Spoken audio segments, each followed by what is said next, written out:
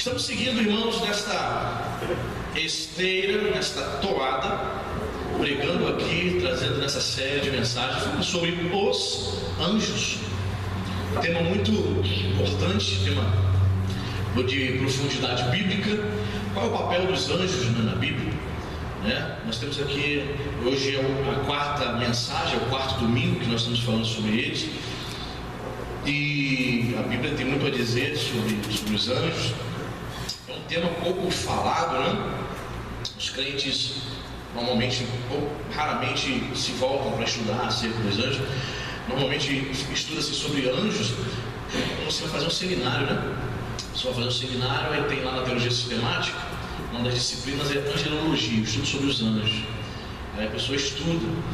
Então Deus colocou no nosso coração de estar falando sobre os anjos.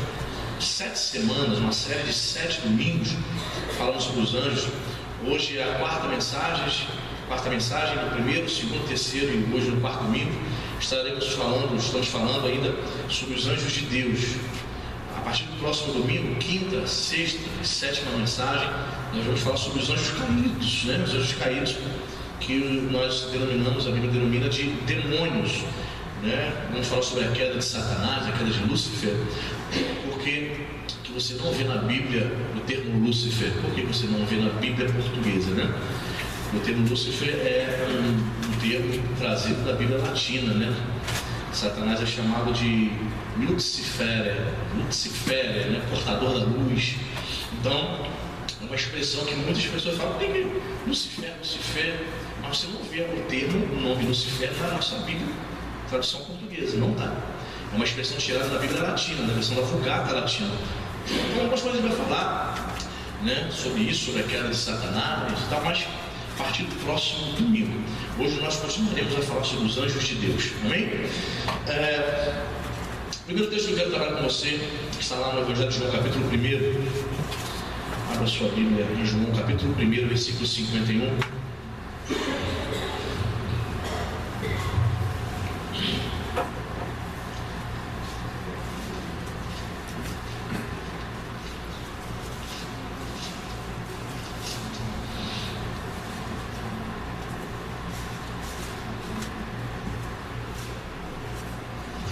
João, capítulo 1, versículo 51, palavra de Jesus a Natanael. Ele diz o seguinte: e acrescentou: em verdade vos digo que vereis o céu aberto e os anjos de Deus subindo e descendo sobre o Filho do Homem. Amém? A maioria dos estudiosos dizem que Jesus está fazendo aqui uma referência a Gênesis capítulo 28, versículo 12, quando Jacó tem um sonho. Amém? Vamos lá em Gênesis 28 para a gente ver o sonho de Jacó. Mas deixa marcado aí, tá? Deixa marcado aí no versículo seguinte que a gente vai voltar. Gênesis 28 diz a palavra de Deus aqui, o seguinte. Gênesis 28. Gênesis 28, versículo 10, para a gente entender, Você achou? Partiu Jacó de Berseba e seguiu para Harã. Tendo chegado a certo lugar, ali passou a noite, pois já era sol posto. Tomou uma das pedras do lugar, fez seu travesseiro e se deitou ali mesmo para dormir.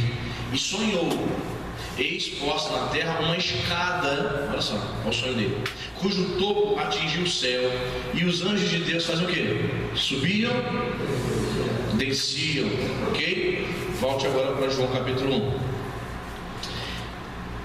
Então temos aqui, vou ler de novo: em verdade vos digo que verei o céu aberto e os anjos de Deus subindo e descendo sobre o Filho do Homem. Que interessante, Jacó tem um sonho e vê uma escada. No sonho dele viu uma escada entre a terra e o céu, e anjos subindo e descendo, um vai e vem. Bonito, Eu queria ter um sonho desse. Você queria ter um sonho desse? Bonito, E Jesus faz uma declaração remetendo a Jacó. Obviamente, olha, a partir de agora, Natanael, você vai ver anjos subindo e descendo sobre o Filho do Homem. Olha, tem muitas lições aqui. A primeira lição que eu quero trazer é a seguinte: logo de cara. Jesus está dizendo que o acesso a Deus, a partir daquele momento, seria Ele, o Filho de Deus, amém? Escada, acesso entre a ligação entre céu e terra. Tanto é que a palavra de Deus vai dizer, o apóstolo Paulo, né? Jesus é o único mediador entre Deus e o homem. Perfeito? Então Jesus está nos dizendo aqui, o evangelista João faz essa declaração, é um dito que somente o evangelista João tem, nenhum outro evangelista, Marcos, Mateus, Lucas, não registra isso, somente João. E ele vai dizer, a partir desse momento você vai ver os anjos subindo e descendo sobre o Filho do Homem. Ele está fazendo essa declaração.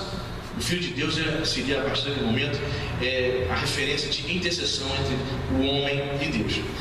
E a segunda coisa que eu aprendo aqui é que o ministério de Jesus teve uma influência muito forte dos anjos.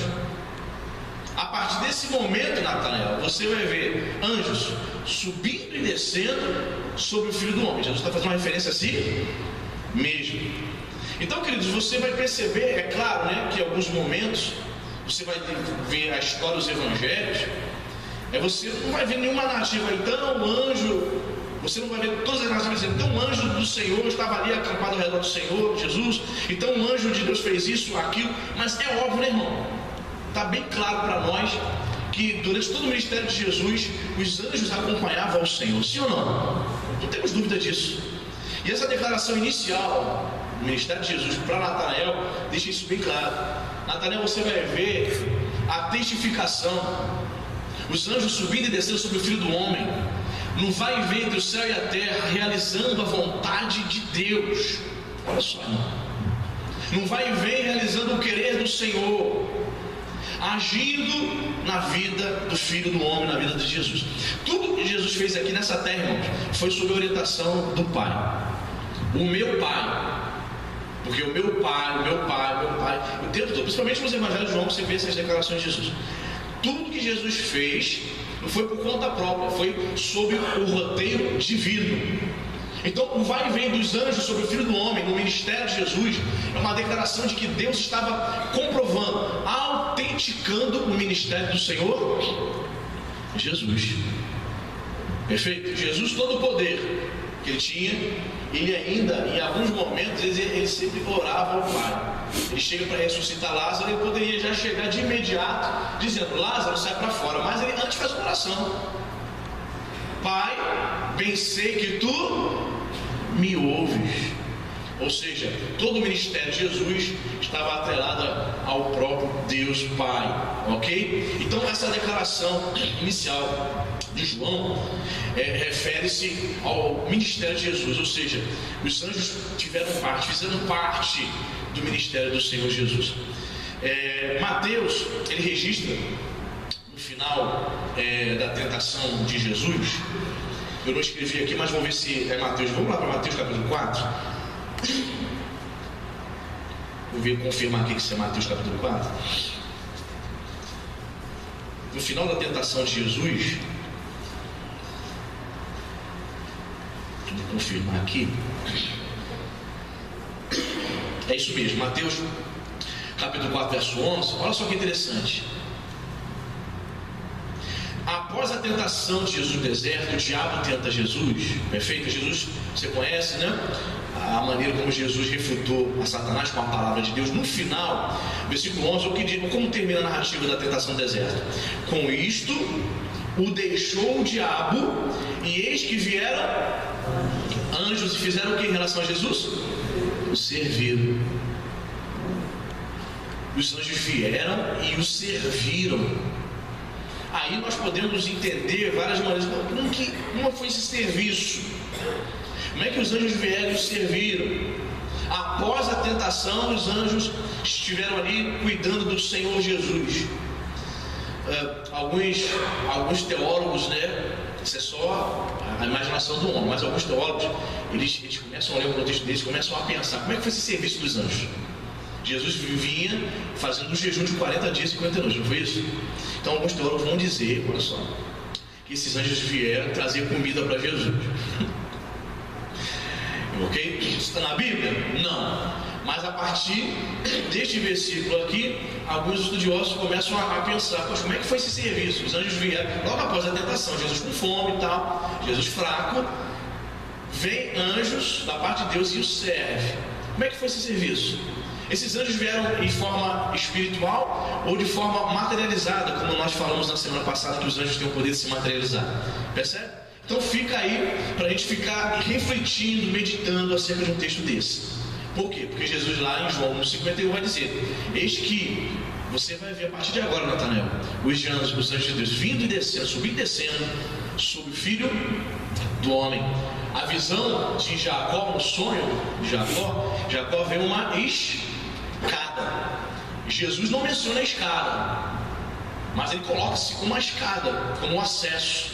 Hoje nós temos livre acesso à presença de Deus por intermédio de Jesus Cristo. Amém, queridos?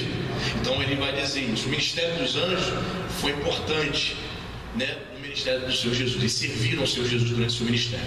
Perfeito? Segundo ponto, Mateus capítulo 24, a gente aprende outra coisa importante: a participação dos anjos de Deus durante a segunda vinda de Cristo. Amém, irmão?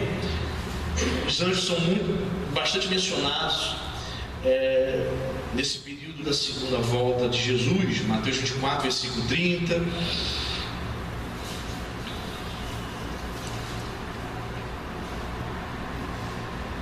Mateus 24, versículo 30 e o 31 diz assim: então aparecerá no céu o sinal do Filho do Homem.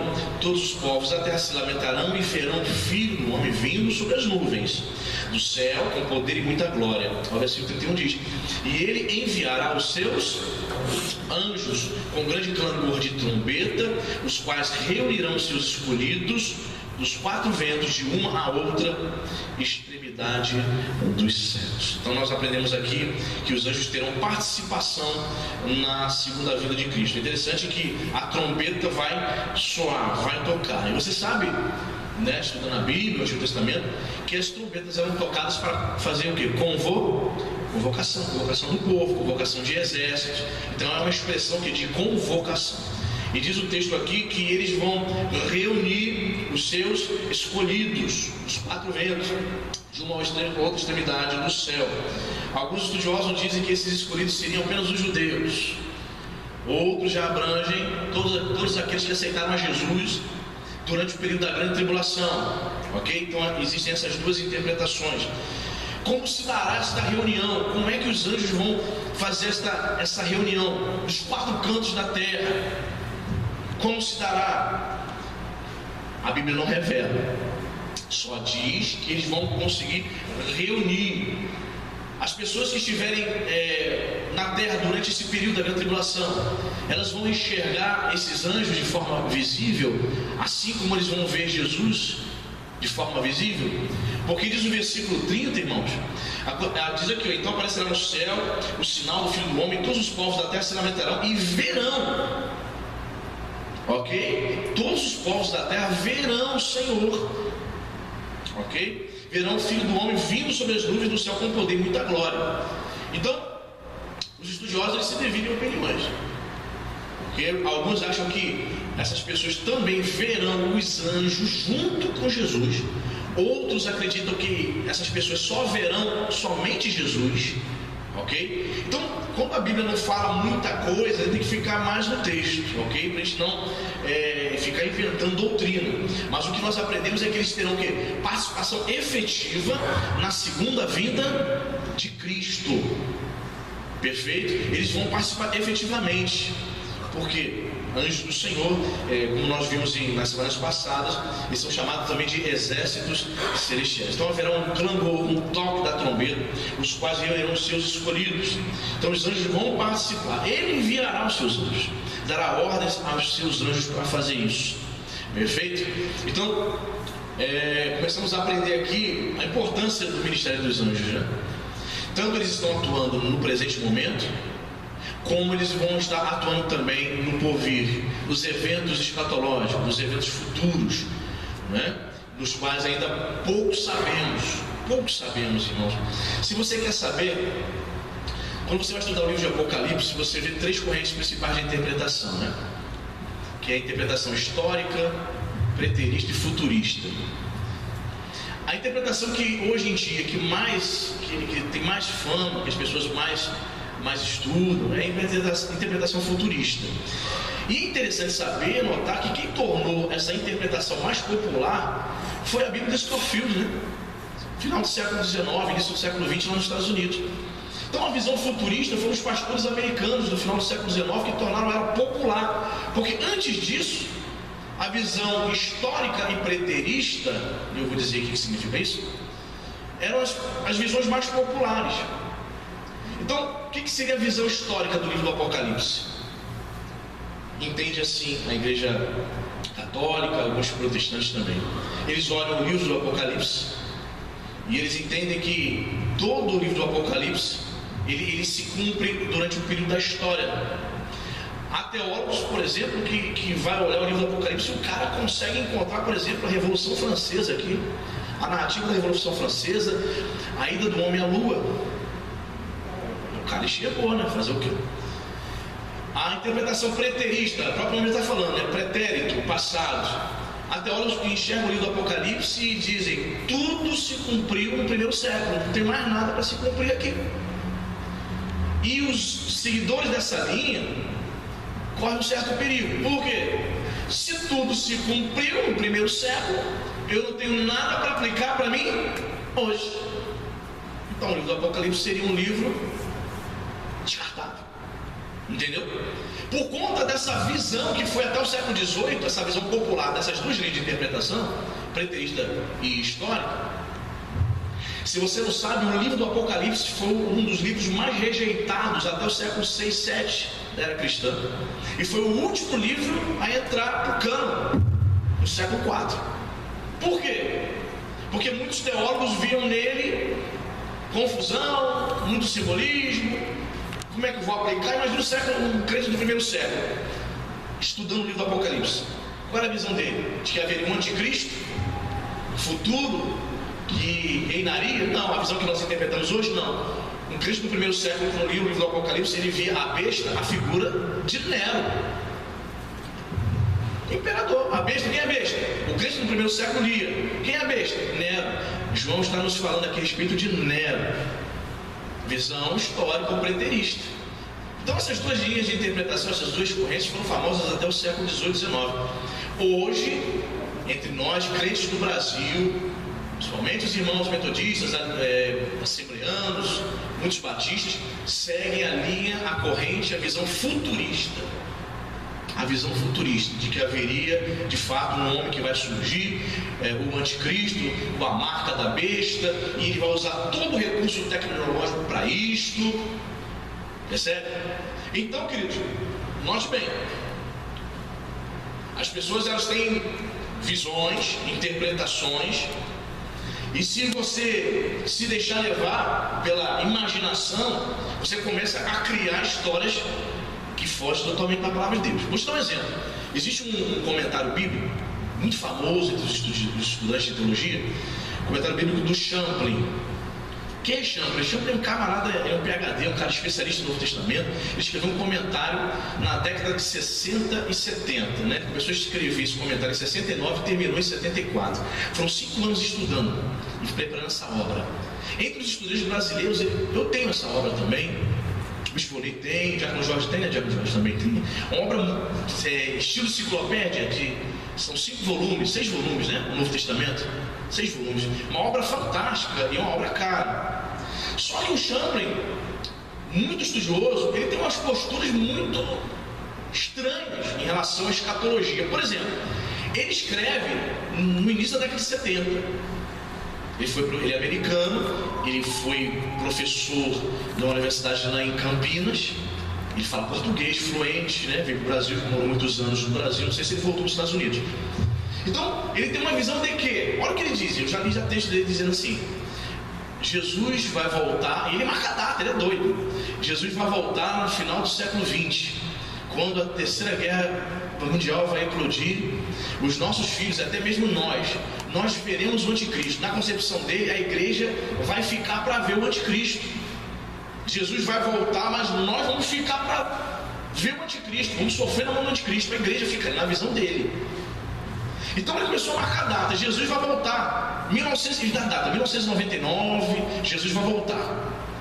Ele escreveu no início da década, mas ele viaja bonito, ele começa a dizer que, veja bem, escreve na década de 70, lembra que a extinta União Soviética ainda estava em vigência.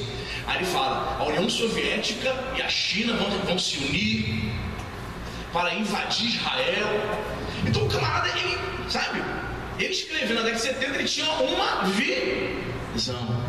Aí o tempo passou, a história comprovou, estamos no ano 2017, que ele estava totalmente equivocado nas suas especulações. É muito perigoso, irmãos. O livro do Apocalipse é uma bênção, mas cuidado quando você lê, para você não criar história mirabolante. Eu queria encontrar com o Dr. Russell, que ele é professor, e perguntar para ele, querido, diz para mim isso aqui, Jesus voltou já? Quem te dá autonomia para ficar marcando data para a volta de Jesus? Nunca, irmãos, faça isso. Os adventistas, os testemunhos de Jeová já fizeram isso e quebraram a cara. E esse pastor, ele não é pastor, ele é teólogo, ele é batista, tem algumas concepções estranhas acerca da volta de Jesus e ele especula demais. Perfeito?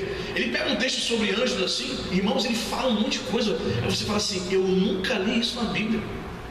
Eu nunca ouvi isso em nenhuma mensagem de nenhum pastor brasileiro. Por quê? Porque ele é filósofo também. Qual é a função do filósofo? Especular. O filósofo, ele especula. A própria palavra está dizendo, ele filosofa. Ele vai especulando, ele pega um tema, ele começa a desenvolver o assunto ali e viaja. Então ele é teólogo e filósofo. Eis a razão pelo qual ele especula tanto que chega às raias da heresia. Para você ter uma noção, essa obra foi escrita em inglês. E o pastor amigo dele, um pastor batista brasileiro, João Banks, que fez a tradução, disse, isso está escrito na enciclopédia, disse para ele assim, eu só faço a tradução da sua obra por uma condição. Pastor brasileiro, batista, falando para esse doutor, esse teólogo, uma condição. Ele falou, qual a condição? Quando eu estiver fazendo a tradução dessa obra, haverá momentos ali em que eu não vou concordar, coisas que nós brasileiros não concordamos, e eu quero a sua autorização para abrir um parênteses e colocar a posição da igreja brasileira, o que nós cremos. Perfeito? Ele ok, deixou. E é interessantíssima a obra dele, que tem uma enciclopédia, tem o Novo Testamento e tem o Antigo Testamento. Eu já li a enciclopédia dele toda, de Bíblia, Teologia e Filosofia. Tem alguns momentos e alguns verbetes, por exemplo, reencarnação. Ele é um teólogo batista que crê em reencarnação. Ele crê na doutrina espírita. Interessante isso, né? Quando chega no verbete reencarnação, ele separa 17 páginas para exaltar a teoria da reencarnação. Olha só. Não é confuso isso, irmãos?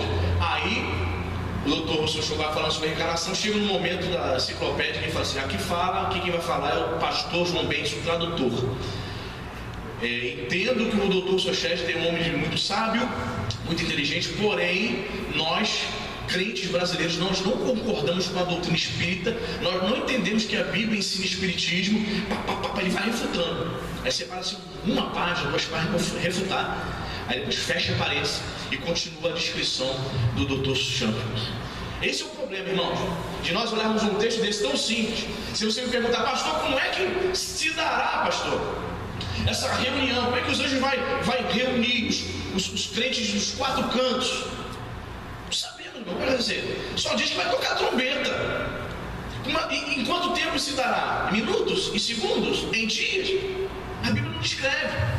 Agora, se você quiser sentar para ter um papo informal e você disser para mim assim, pastor, eu acho isso assim, eu acho. Aí eu vou dizer, eu também acho. Mas não é algo que eu posso subir no púlpito e dizer, pá, dogmatizar. É isso.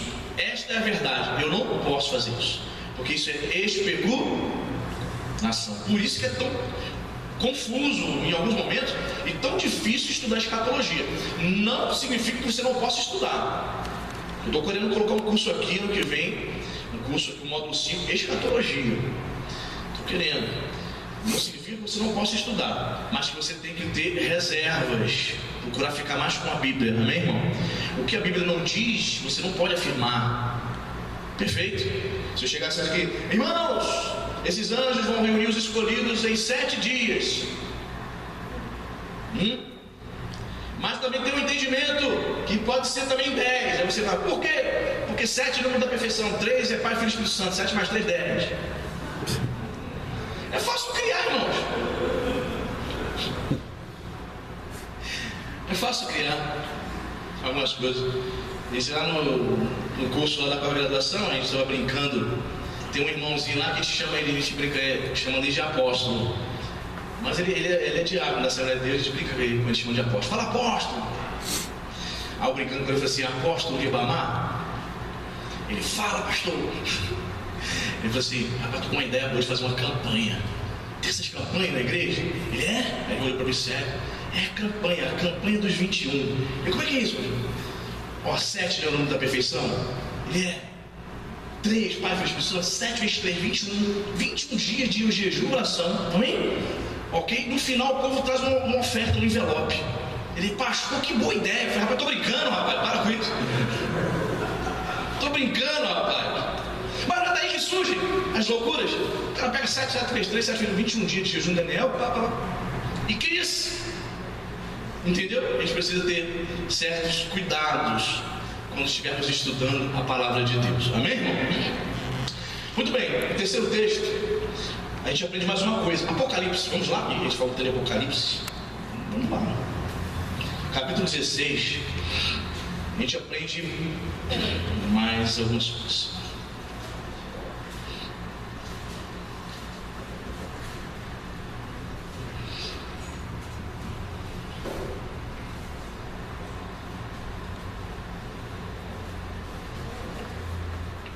Apocalipse capítulo 16.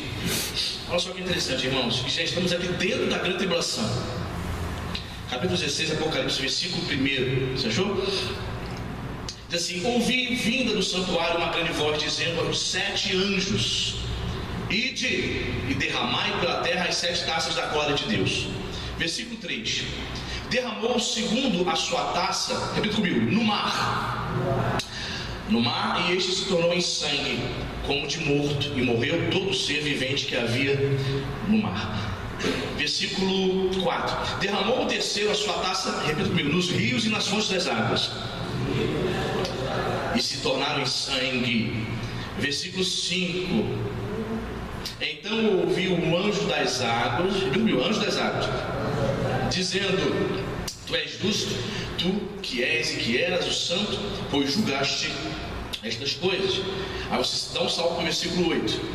O quarto anjo derramou a sua taça sobre o sol, e foi-lhe dado a queimar os homens com... Olha que interessante, irmãos. Nós começamos a perceber aqui, lembra que eu falei para você que os anjos têm o poder para controlar as forças da natureza. O segundo anjo, no versículo 3, diz que ele derrama a sua taça, a taça da ira de Deus, sobre o mar. E o que acontece com as águas do mar? Elas se tornam em sangue. Lembra aquela praga do Egito, não é isso? Moisés toca no rio Nilo, o que acontece? As águas se tornam sangue. E o versículo 4 traz outro detalhe. O terceiro anjo derrama a taça nos rios. Um derrama no mar, esse outro anjo vai derramar nos rios e nas fontes, que se tornaram em sangue. Então os estudiosos dizem o seguinte, irmãos, que na grande tribulação, um dos juízos de Deus vai ser transformar as águas dos rios em sangue, ou seja, ela não poderá ser consumida. Irmão, imagina o rio Amazonas, rio Paraíba do Sul, que abastece a região sudeste, é o Paraíba do Sul, não é isso? Imagina o rio Paraíba do Sul se tornando imprópria para consumo, se tornando em sangue. Aí os estudiosos vão adentrar e vão começar a trazer algo que tem sentido. Veja bem, se tornar em sangue, entendendo que seja literalmente isso, o que pode acontecer? Os animais, os peixes marinhos podem morrer e a água ficar imprópria. Um dos juízos de Deus vai ser tocar no mar e nos rios e nas fontes. E o último, lá no versículo 8, né? O que diz? Mas tocar no sol. Interessante. o Sol. E, irmãos, você já ouviu, você é inteligente, o que os cientistas dizem a respeito do Sol? Que o Sol, ele está o quê? Se desgastando, esse é o termo que podemos usar? Está se desgastando. Haverá um tempo em que ele vai, sem Sol não há vida na Terra. Só que eles não dizem quando isso vai acontecer. Interessante, né? E diz o texto que esse anjo vai derramar sua taça sobre o sol. Olha o que vai acontecer. Foi-lhe dado queimar os homens com... Os cientistas dizem, né, que a temperatura da Terra está fazendo o quê? Ela está... O que está acontecendo? Está havendo um aquecimento global. Isso é fato, ninguém nega isso, né? Na grande tribulação, esse aquecimento vai ser tão intenso que vai acontecer o que com os homens? Serão queimados, literalmente. O Globo Repórter, né, sexta-feira, estava anunciando a viagem da Glória Maria ao Irã. E ela fez questão de dizer: estive no deserto do Irã, que a NASA considera o lugar mais quente da Terra. Quantos viram essa reportagem? Sabe quantos viram, irmão? Você acha que é quente demais aqui o verão carioca, com 40, 42? 70 graus Celsius, o lugar mais quente da Terra. Irmãos, se antes da tribulação já faz 70 graus no Irã, no deserto do Irã, quanto você acha que vai fazer na grande tribulação, com o sol esquentando os homens ao ponto de eles serem queimados? 80? 100? Não sei. Eu recebi uma visão que é 100. É isso? Uma revelação. Não, querido. O que a gente pode dizer é que o aquecimento será mais intenso do que hoje, os 70, do que 43, 44 no verão carioca, ao ponto dos homens ficarem queimados. Irmãos, eu saí, não sei quantos irmãos, mas eu cheguei aqui passando ontem. Voltamos no sol de 12:30 do evangelismo, estava essa lua, eu cheguei tonto, bufando. Ao Silvio perguntou para mim: pastor, o senhor está fazendo caminhada ainda? Eu falei: tô, Silvio. Mas por que o senhor está bufando dessa forma? Eu falei: também não sei. É o sol, Silvio. Irmão, cheguei aqui zonzo.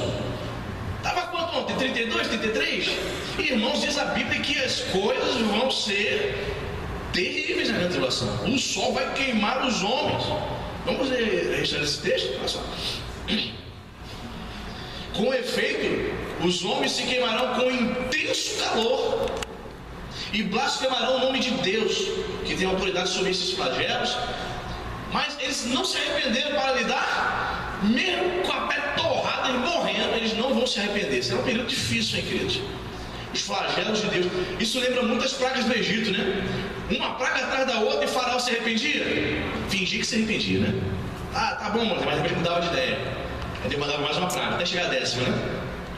Me chama a atenção também aqui, vou ver se eu encontro aqui, essa parte aqui no versículo 5, olha só: então ouvi o anjo das águas. Ó, então ouvi o anjo das águas. Então dá a entender aqui que existe um anjo com poder para controlar o anjo das águas. Hã? Por exemplo, se você é uma pessoa conhecida lá no teu bairro, eu tenho um primo que por muitos anos ele cultivou um Fusquinha, mas esse Fusca era lindo, todo mundo ele pintava, sabe, aquele Fusca dos anos 70, todo equipado, com roda magnésia. Então, como é que ele ficou conhecido lá na cidade, lá no bairro? Paulinho do Fusca. Se perguntasse o Paulinho do Fusca, todo mundo conhecia meu primo. Então você fica o quê? Marcado ou conhecido a partir do momento que existe algo que esteja ligado a você, te identifique. Então a Bíblia identifica um anjo, o anjo das águas. Interessante, irmão. Quantas coisas estão muitas vezes ocultas a nós? Eu estou lendo esse texto aqui com você. Eu tenho certeza que muitos de nós nunca tínhamos parado para perceber que existe um anjo das águas, um anjo que controla. É esse anjo que Deus designa para trazer o juízo. Ó, você vai tocar nos rios e nas fontes. Que coisa, né, queridos? Então, estou mostrando aqui texto para você, para provar para você na Bíblia, que existem anjos que controlam as forças da natureza. Então haverá na grande tribulação um aquecimento exacerbado do sol. O próprio Deus vai permitir isso, porque os homens que estiverem na grande tribulação, eles precisam perceber o juízo de Deus. Ok? Então haverá um aquecimento exacerbado ao ponto de os homens serem queimados. Imagine, irmãos, as pessoas andando na rua e elas sofrendo queimaduras do segundo, terceiro grau. Literalmente diz aqui. Talvez, se você for pesquisar mais, se aprofundar nesse texto, você vai encontrar autores e teólogos dizendo que não é para se entender literalmente isso. Seria tudo um simbolismo. Tudo um simbolismo. Nada disso vai acontecer. Querido, o texto é bem claro, né? Águas, rios, sol, intenso calor. Tudo indica que serão fatos literais, irmãos. Está muito claro isso aqui. Para você tentar procurar simbolismo. Anjos das águas. Olha só. Então, aprendemos aqui por esse texto que haverá anjos que se manifestarão na grande tribulação, que controlam as forças da natureza. Amém, queridos? Muito bem, estamos aprendendo. Voltemos para o Novo Testamento no início. Vamos lá para a Epístola de Gálatas.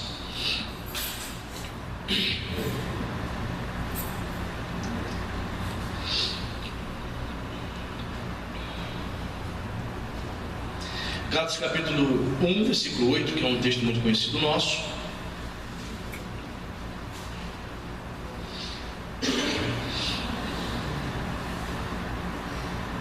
Gálatas capítulo 1, versículo 8.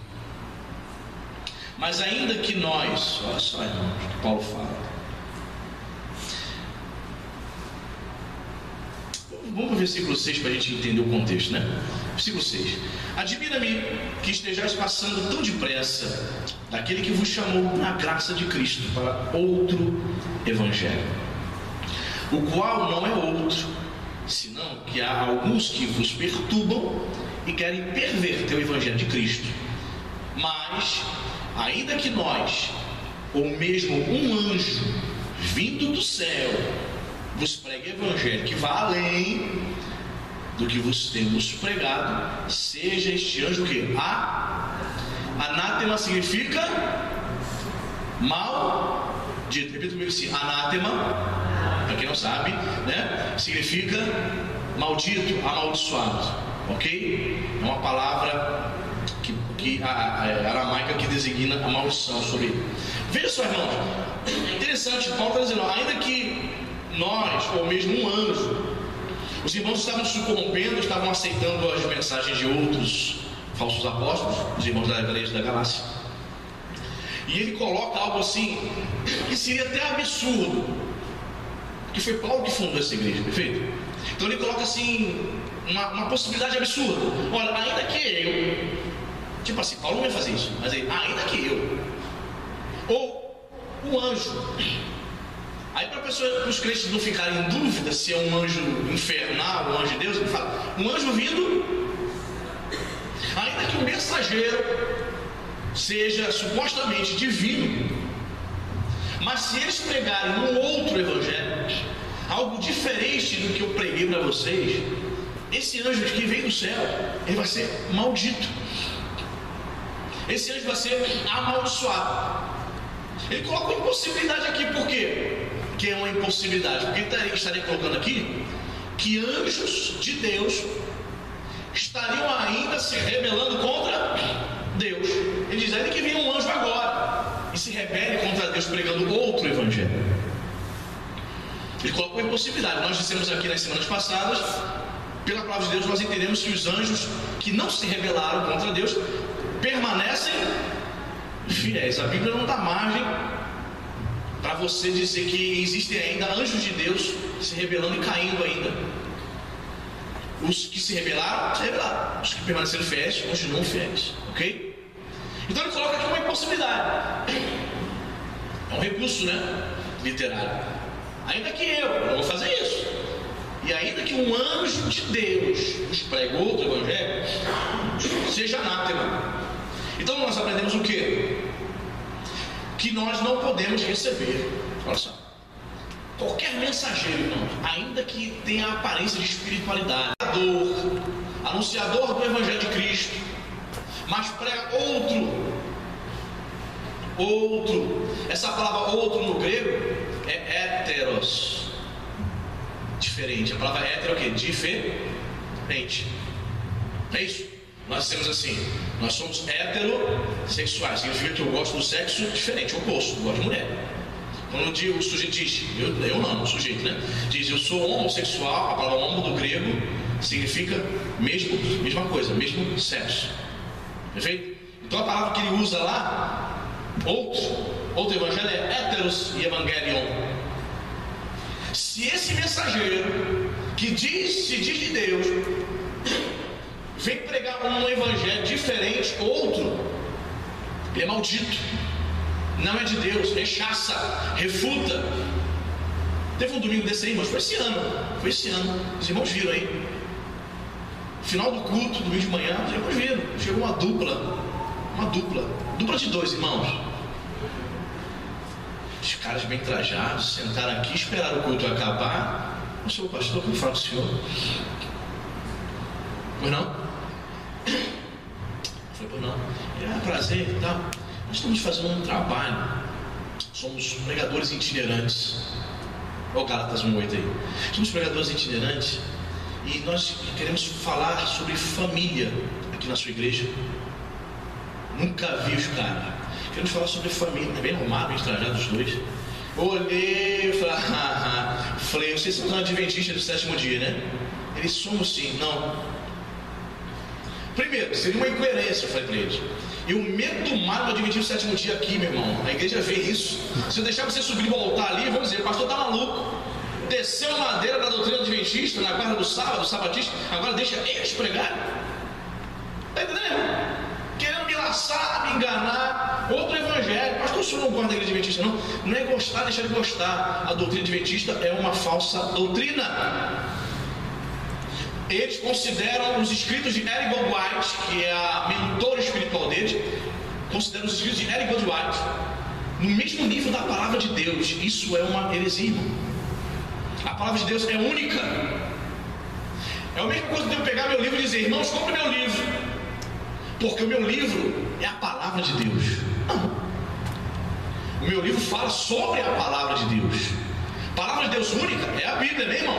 Mas não. Se você quer saber se você sai hoje da igreja Nova Vida, você é batizado da igreja Nova Vida, batizou no Zap. Se você for na igreja adventista, você vai ter que passar um processo discipular, confessar e declarar que os escritos de Ellen G. White são o espírito de profecia do Apocalipse. E segundo, você vai ter que renegar a sua fé. Ah, pastor, mas eu fiquei 20 anos na igreja Nova Vida, na igreja Batista, na igreja Metodista. Pois é, eu vi, irmãos, uma declaração numa revista adventista.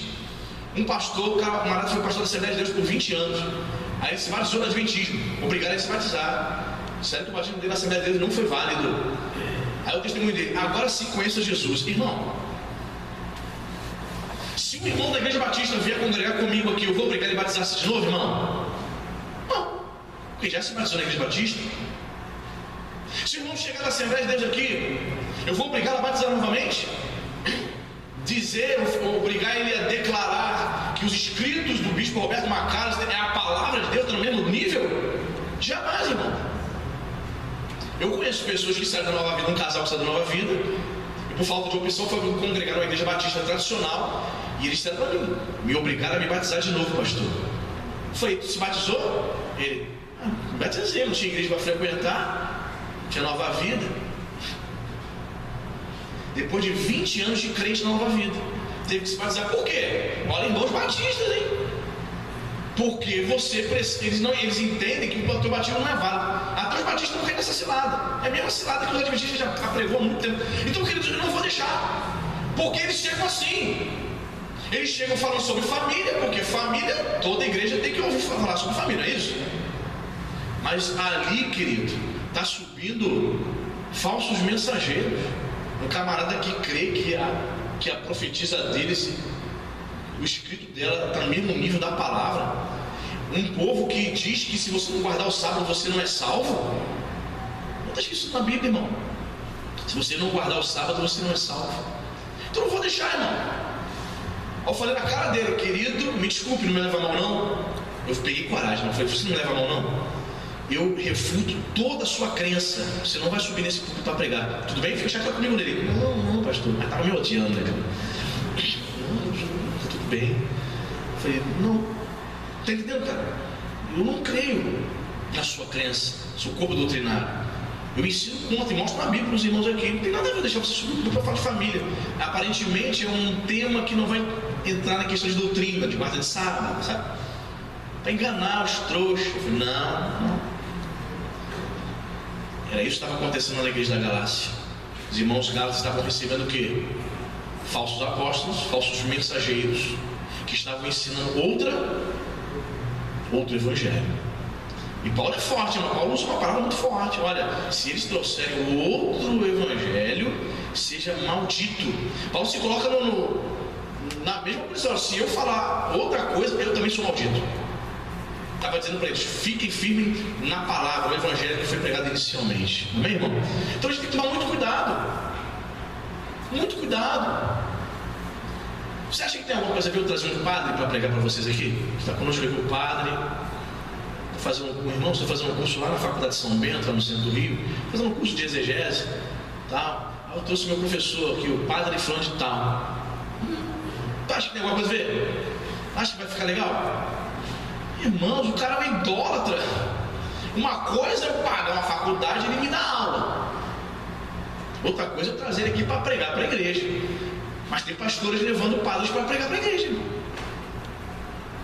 Você sabe muito bem, já falei sobre isso aqui. Como é esse, irmão? Um sujeito que crê que Maria é intercessora. Um sujeito que se prostra diante de uma imagem. Ele vai tomar o púlpito para ministrar sobre a tua vida? Não, está cheio de demônio, irmão. Idólatra. O próprio Paulo vai dizer o que está por trás dos ídolos. O que está por trás dos ídolos? Demônio. Irmão, a gente tem que estar muito atento. Muito atento. Você sabia que até pastores também estão se colocando como anátemas, pregando o evangelho? Eu já tive experiência de trazer um pastor da Nova Vida aqui. Hoje não estava na Nova Vida não, foi para a denominação. Trouxe aqui. Aí você sabe, né? Sempre depois que a gente traz um pastor aqui, a gente senta, né? Bate um papo, vai comer um negocinho ali, né? Você vê? Irmão, o camarada começou a falar mal dos bispos, começou a falar mal da Nova Vida. Eu falei, o que está acontecendo? Eu fiquei assim sem reação, irmão. Começou a meter o mal no bispo Miguel e falou, eu não vou para o reunião do conselho mesmo não. Eu falei, o que foi? O que está acontecendo? Tá chateado com a vida? Eu não vou mesmo não, porque ele vai pregar uma palavra na terça-feira para mim, eu sou pastor, a mesma palavra que ele pregou lá para o povo no domingo, para o povo dele, eu não quero lá para ouvir isso não. Falei, irmãos, eu fiz um rancor. Eu cheguei em casa, fiquei quieto, mudei de assunto para ele não pecar mais, né? Fui para casa, eu falei, Cíntia, trazer pastor, falou, mas aqui não. O coração dele não está aqui não está nem na igreja dele, não está na denominação dele, falando mal dos bispos, dos pastores. Eu não vou mais convidar esse pastor para pregar não, irmão. Porque não está aliançado. Entende, irmão? Você nem sabe quem são, eu nunca vou dizer quem foi. Veio aqui alguns anos atrás, uns 3, 4 anos atrás. Não trago mais. Por quê? Que espírito é esse, irmão? Que espírito é esse? Espírito estranho, né? Fogo estranho. Então trago. Então o apóstolo Paulo já nos deixa esse conselho. Se ainda um anjo supostamente seria de Deus, então isso nos ensina a nós não nos deixarmos levar pela aparência. Você sabia? O diabo ele gosta de trabalhar com isso. Ele sabe que as pessoas respeitam, né? O diabo sabe que as pessoas respeitam muito uma pessoa bem apresentável, né? O cara chega assim, mostra o currículo dele, doutor em teologia, eu falo 3 idiomas, já estive em vários países, meu currículo é esse, pá. Eu dou aula na faculdade tal. Minha igreja tem 1.500 membros, pá. Todo mundo já olha pro cara, o quê? Caraca, tenho 10 livros escritos, cara, tudo alinhado. A Bíblia dele é dourado, coisa de luxo. É uma Bíblia cara, bonita. Uma pessoa dessa, ela tem mais facilidade de enganar, sabia? Se eu subir aqui de sapatênis, calça jeans e blusa polo, tá? A pessoa não dá muito. O pastor tá tudo. Aí Lafayette justo, você sabe, né? O bicho já aboliu a gravata, né? Daqui a pouco é calça jeans, então, por quê? O pastor, se está errado, está certo, o senhor usa gravata. Não, a questão de certo ou errado. Cada igreja tem os seus hábitos, né?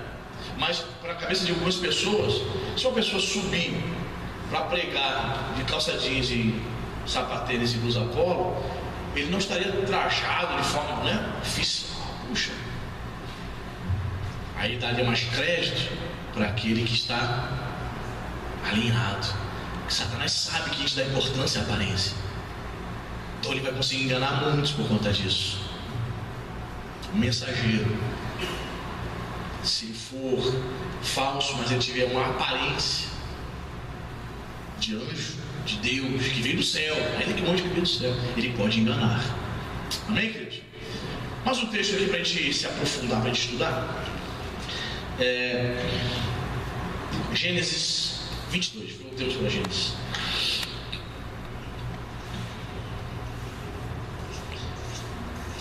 Gênesis 22, versículo 9.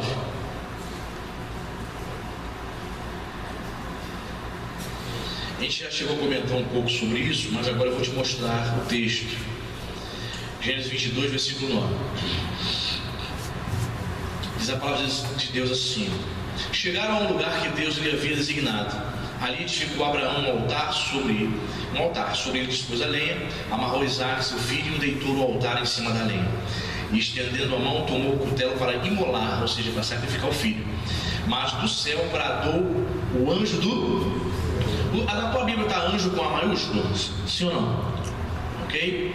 Anjo do Senhor. Abraão, Abraão, ele respondeu: eis-me aqui. Então lhe disse o anjo do Senhor: não estendas a mão sobre o rapaz e nada lhe faças, pois agora sei que temes a Deus, porquanto não me negaste o filho teu único. Aí que está, anjo do Senhor. Muitos teólogos entendem, está com A maiúsculo, que era ali o próprio Cristo, o próprio Jesus pré-encarnado. Jesus sempre existiu, amém, irmão? Ok? Jesus não surge no momento da sua concepção, ele sempre existiu, o Logos. No princípio era o Verbo, e o Verbo estava com Deus, e o Verbo era Deus, perfeito? Então muitos estudiosos entendem que era o próprio Cristo. Por que que eles chegam a essa conclusão? E tem sentido.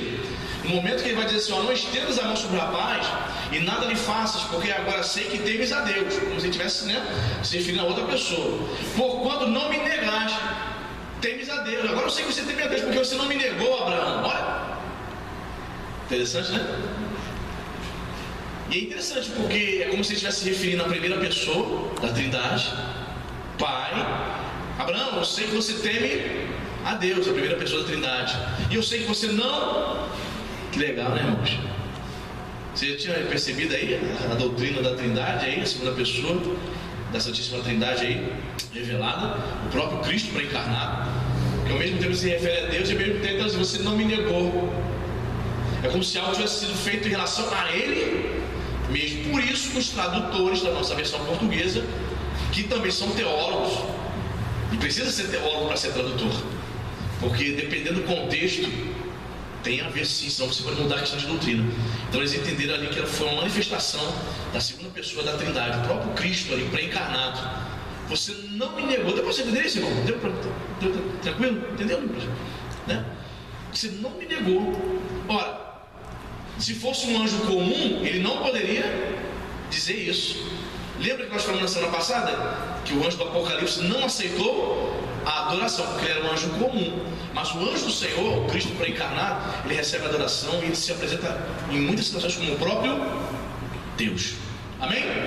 Perfeito. Aprendemos mais uma doutrina importante. Outro texto, Salmo 34.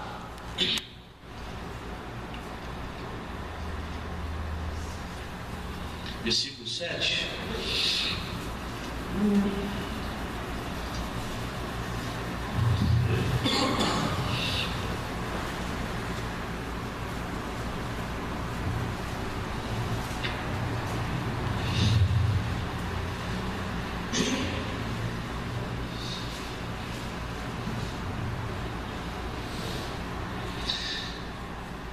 Amém? Salmo 34, versículo 7 diz aí: o anjo do Senhor acampa-se ao redor dos que o temem e os livra.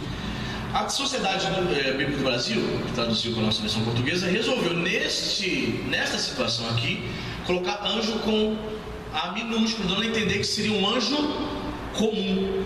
Mas se nós formos seguir a linha de que esse anjo do Senhor refere-se ao próprio Cristo pré-encarnado, nós também podemos dizer: o anjo de Yahvé, o mensageiro de Yahvé, acampa-se, porque essa palavra acampa-se, ela vem da palavra hebraica chamada Shadar, significa cercar, proteger.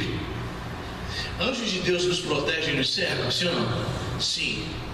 O Cristo ressurreto, Filho de Deus, que nós temos comunhão com Ele, Ele também nos protege e nos cerca, sim ou não?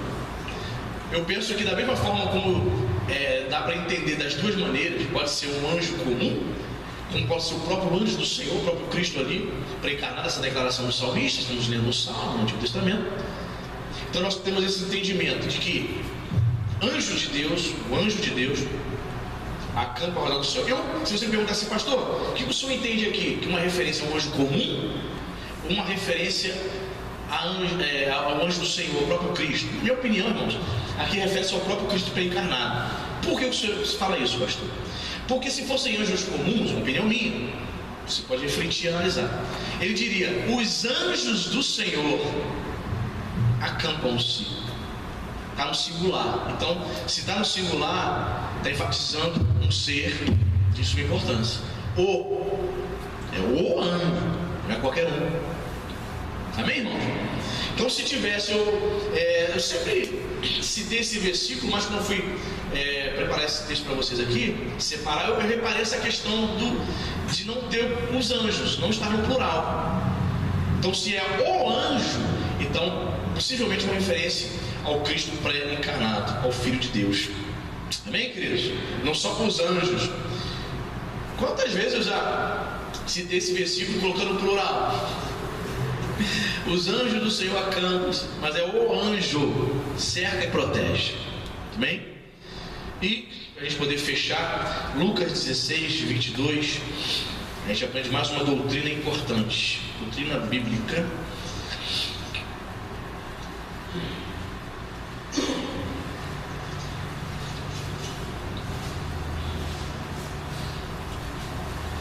Lucas 16, 22, aquela tão conhecida história do rico e do mendigo. Você que acompanhou a novela aí, eu não vi essa novela, você viu essa novela do Lázaro?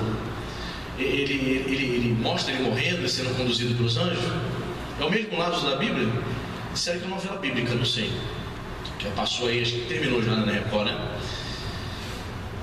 Lucas 16, 22, veja bem: aconteceu morrer o mendigo e ser levado pelos anjos para o seio de Abraão. Morreu também o rico e foi. Muito bem. Aprendemos aqui o seguinte, uma coisa que é importante falar: o mendigo, ele não vai para o seio de Abraão, para o paraíso, porque é pobre. Tá bom, querido?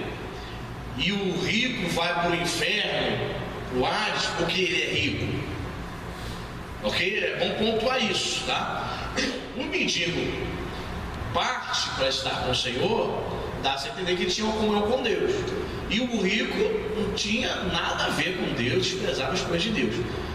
Porque algumas pessoas podem achar isso: não, o cara foi para o céu porque a pobreza garantiu a salvação a ele. A Bíblia não ensina isso, amém, irmão? Sou pobre, o céu é certo. Não existe isso. Vou ficar mais pobre ainda, pastor. Vou depender de Bolsa Família. Vou abandonar o emprego, tenho mais de 5 filhos, 100 mil de cada um, eu vivo vivendo. Tem gente que tem filho para receber Bolsa Família, sim ou não? Jesus Cristo de Nazaré. Vai dia 27 lá na loteca para tu ver. Meu Deus, vem a tropa. Vem fulano. Vem Vander Cleidson, Joelson, Fabiano da Silva. Vem todo mundo. Então você vai tendo filho. Que mentalidade é essa, irmão? Sou a favor do Bolsa Família, sou. Todavia, por um período para não estimular a vagabundagem. Recebe um período, depois vai trabalhar. Estou trabalhando já, não paga água, luz nem imposto, mas o celular de R$1.000 da Samsung está no bolso. Tu vê o celular grandão na fila da loteca para receber o seu amigo. Pelo amor de Deus, irmão. Muito bem, vamos lá. Gente, fica indignado, tem que falar, irmão. Aconteceu, morreu um mendigo. Então, pobreza não é garantia de vida eterna, ok? E nem riqueza é garantia do céu. O que nós aprendemos aqui, irmãos? Que o mendigo, Lázaro, é levado pelos anjos de Deus. Então, a gente entende aqui na palavra de Deus que o crente, o servo de Deus, no momento da morte, na hora da morte, isso é certo, irmãos, não tenho dúvida disso. Ele é recepcionado pelos anjos do Senhor. Tanto lá no paraíso, quanto na condução para o paraíso. Pessoas que tiveram, você entra no Google, você vai ver, pessoas que tiveram experiências próximas da morte, ou que morreram e voltaram, relatam a presença deles. Sabe onde que eles ficam? Em abundância, irmãos. Onde que eles ficam? Em abundância, ficam demais os anjos de Deus. Sabe onde? Nas salas de cirurgia. O que morre de gente tem que conduzir. Crente, tá? Crente. Porque é interessante, diz a Bíblia que o rico morre e ele não é conduzido. Não diz que anjo ficou rico, não diz nada. Mas em relação ao mendigo, a Lázaro, os anjos o conduzem ao paraíso. Então pessoas relatam, pessoas que tiveram experiências próximas da morte, relatam que viram anjos. Pessoas voltaram dizendo assim: olha, via o meu corpo, via os médicos conversando, via também algumas pessoas todas vestidas de branco, brilhando, consegui identificar o rosto. Anjo de Deus, irmãos. Então esse aqui é um fato. Tirando o teor espírita do filme Ghost, deixando de lado, você viu o filme Ghost, né? Deixando de lado o teor espírita, tem uma cena lá no final interessante, que o vilão da história, ele morre, vocês se lembram? Ele está lutando e ele tropeça e ele bate com as costas assim numa janela e o vidro da janela desce e pá, crava nele e ele morre.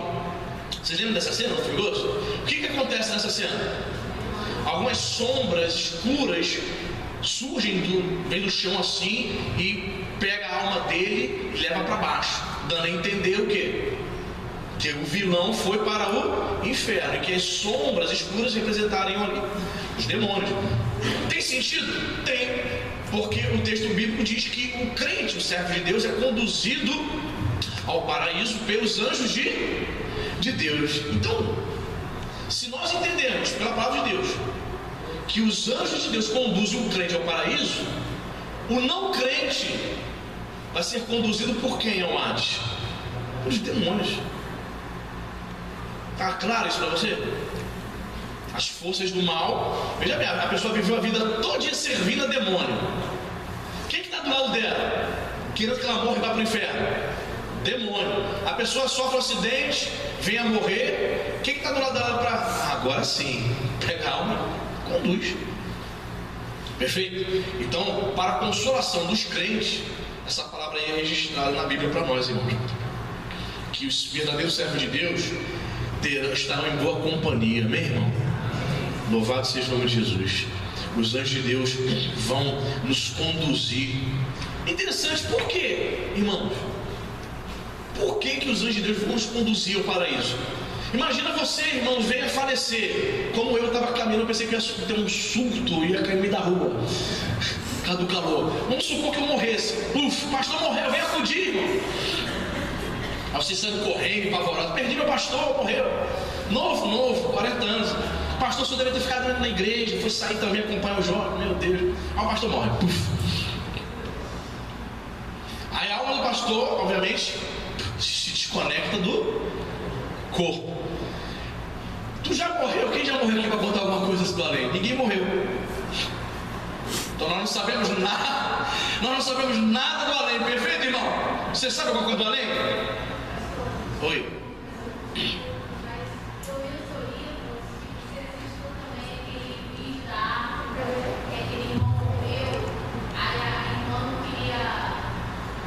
Enterrar o marido, não aceitar o corpo da igreja.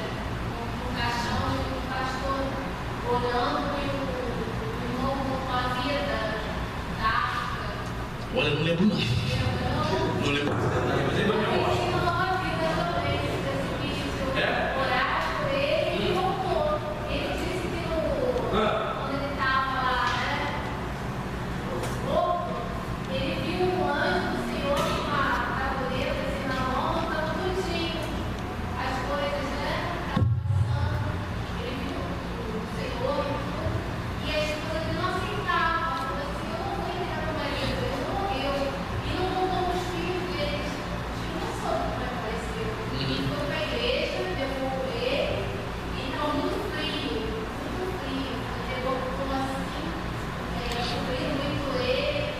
Sentia frio. Entendi. São mais uma experiência aí de próxima da morte. Então, aí, vamos supor, aí você não morreu para saber, né? Você não teve essa experiência. Nós aqui, os irmãos já tiveram. Eu também não. Então, quando a alma se desconecta do corpo, o que a alma vai fazer? Ela vai ficar penada, como as pessoas dizem? Quem é que vai conduzir essa alma para o paraíso? Os anjos de Deus. Porque de fato, irmão, se não houvesse os anjos, o ministério dos anjos, as almas poderiam ficar desconectadas do seu corpo e ficar vagando por aí. Existe essa crença popular, que não é bíblica. A pessoa morre, o crente morre, automaticamente ela é conduzida pelos anjos ao paraíso. Se a pessoa morre, parte sem salvação, ela também vai para um lugar chamado Hades, esperando a ressurreição final, o julgamento final, para entrar no branco lá de Apocalipse capítulo 20. Para você entender isso, irmãos? Aprendemos aqui, né, para consolação nossa, graças a Deus, que os anjos estão ao nosso redor, nos guardando, e até na hora da nossa morte, eles nos conduzirão ao paraíso. Amém, queridos? Fique de pé, vamos agradecer a Deus por essa manhã. Os anjos do Senhor, eles estão ministrando em nosso favor. Nós temos a certeza, Pai, que eles também estarão nos conduzindo ao paraíso quando um dia nós partirmos dessa terra. Senhor, que esta crença, que esta verdade bíblica esteja no coração de cada um dos meus irmãos, Pai. Quando meu Pai, o inimigo, nos ameaçar, que possamos nos lembrar, Pai, que anjos poderosos estão acampados, nos guardando e nos livrando. Bendito seja o Teu nome, Senhor. Te agradecemos, porque a Tua palavra nos afirma que os Teus anjos, eles participarão na Sua segunda vinda. Eles participarão efetivamente nesse grande dia, quando todo olho verá. Bendito seja o Teu nome. Senhor, muito obrigado. Te louvamos, meu Senhor, porque o Senhor nos ensina, Pai, que por meio de Cristo nós podemos ter comunhão plena com Deus Pai. Que anjos subiram e desceram, meu Pai, no Teu ministério, enquanto o Senhor esteve aqui nesta terra, agindo, pregando, curando enfermos. Anjos serviram ao Senhor. Obrigado, Deus, por aprendermos essas verdades, porque sabemos que também os anjos estão ministrando em favor daqueles que hão de herdar a vida eterna. Nos abençoe, Pai, que essas mensagens que nós temos pregadas, esses ensinamentos venham estar sendo gravados no nosso coração, Pai. Que nós, quando formos interpelados por alguém que não conhece a Tua palavra, nós possamos saber explicar essas coisas, nós possamos saber falar das coisas de Deus, Pai, em nome de Jesus. Leva-nos em paz, nos dê, Senhor, um domingo ricamente abençoado com as nossas famílias, no nome de Jesus. Amém e graças a Deus. Deus abençoe.